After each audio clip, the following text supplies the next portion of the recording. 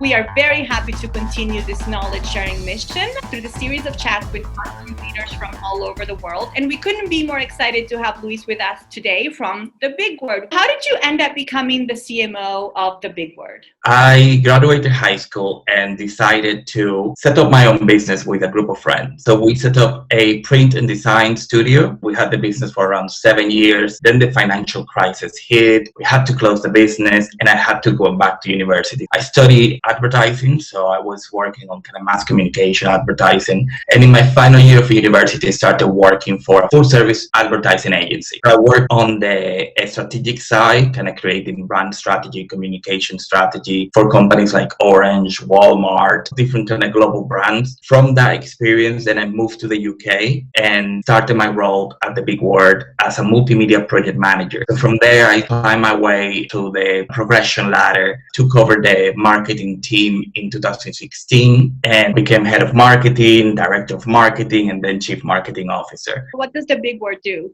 So The Big Word is a language technology company. We have office all over the world and we work with clients in the private sector and government, helping them eliminate the communication barrier. We're helping them translate content, not just translation with written word, but also spoken words to enable them to communicate. We recently launched our new platform to do that, which is called WordSync. And WordSync basically is a unified platform that any client can use to connect with an interpreter if they need a spoken communication or translate any content. That could be website, e-commerce, documentation, whatever they need to translate. We work in around 250 languages. We collaborate with 15,000 linguists around the world. And we've been doing this now for around 40 years. We work with some of the biggest brands in the world, and we now fully focus on technology and delivering that technology. What is one career advice that you have received as a marketing leader that you have found to be particularly valuable to you? One of my mentors back when I was working in advertising, she always used to say, you are as good as the last thing you deliver. And it always stuck with me because it allowed me to focus on the present. Like, it doesn't matter how great I was, how many accolades I had in my previous roles, or how cool the last campaign was. It can make you focus on that new campaign that you're putting together, that new piece of communication that you're doing, and ensuring that you can stand behind it. The attention to detail is there, passion is there. You're as good as the last thing you do. So don't dwell on the past, don't dwell on what happened. What matters is the now. Last year was obviously very difficult for anything event related. And as a result of that, do you feel that you had less opportunities to market your product? I don't know if this is the same work with everyone. Found that it was in a way better. And I explain why. We attend to a lot of conferences and a lot of events, and our sales team have to fly to those events and they do the networking there and so on. What we found is that because of the pandemic, because of the people doing it virtually, there were more willingness. There were new events that we never heard of that we were able to attend. Everyone in my team and everyone in the sales team were able to join conference all over the world. We weren't limited by geographical locations. And I think it pushes to that. Like, those events existed before, webinars and things like that. So there was a bit of apprehension from all of us to spend the time doing it online. Now that was the only option. And because of that, I think the willingness changed, the attitude towards virtual event completely changed. And I do think they give quite a lot more opportunities. We also started hosting more events ourselves. So we started to creating our own series of events for our linguist community, for our client population. And those events were really well attended. What in the past, when we tried to do the same, we have very low attendees. But now we set up those events and we have hundreds of people joining. And the difference is an acceptable way now to hold this type of meetings. So we're finding that we actually have been able to have more meaningful connections now virtually than pre-pandemic. In your opinion, what does the future of events look like? Do you think that virtual events are here to stay?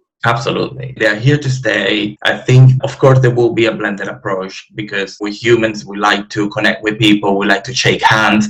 I think as marketing leaders, we're going to be more selective on what events we go into or where we invest that money. I think virtual events will have a big part now in our society. What are you most excited about for 2021? We have really exciting plans. We have new technology that we're launching, enhancing the technology that we have today. We have new partnerships that we're going to be announcing soon as well. I'm really excited to get that to the market and see the reaction from our client base, from new potential clients and so on. So 2021 for us is more execution and like seeing all that planning, the wedding happened in the last few months, that now started seeing how that execute and started to see the benefits from all of it. It's been such a pleasure speaking with you, and I'm looking forward to the next catch up. Absolutely. Thank you so much for inviting me again.